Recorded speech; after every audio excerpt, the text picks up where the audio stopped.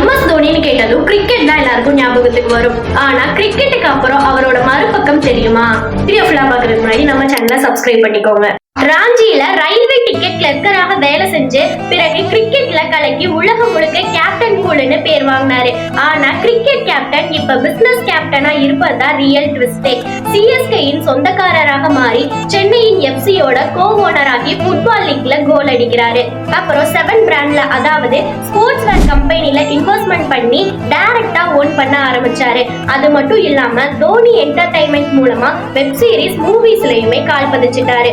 Organic ஃபார்மிங்ல step எடுத்து இயற்கை விவசாயத்துக்கும் சப்போர்ட் பண்றாரு. அதே சமயத்துல ஸ்டார்ட் அப்ஸ்ல சப்போர்ட் கொடுத்து ஃபியூச்சர் டெக்னாலஜிஸ்ல லீடர்ஷிப் எடுக்கிறாரு. கிரவுண்ட்ல கேப்டன், கிரவுண்டுக்கு வெளியே பிசினஸ் லீடர். தோனியோட இந்த டிசிஷனும் டெடிகேஷனும் தான் அவருடைய வெற்றிக்கான ரகசியமா இருக்கு. எனக்கு தோனியை பிடிக்கும். கிரிக்கெட் பிளேயர்ல உங்களுக்கு யாரை பிடிக்கும்னு கமெண்ட்ல சொல்லுங்க.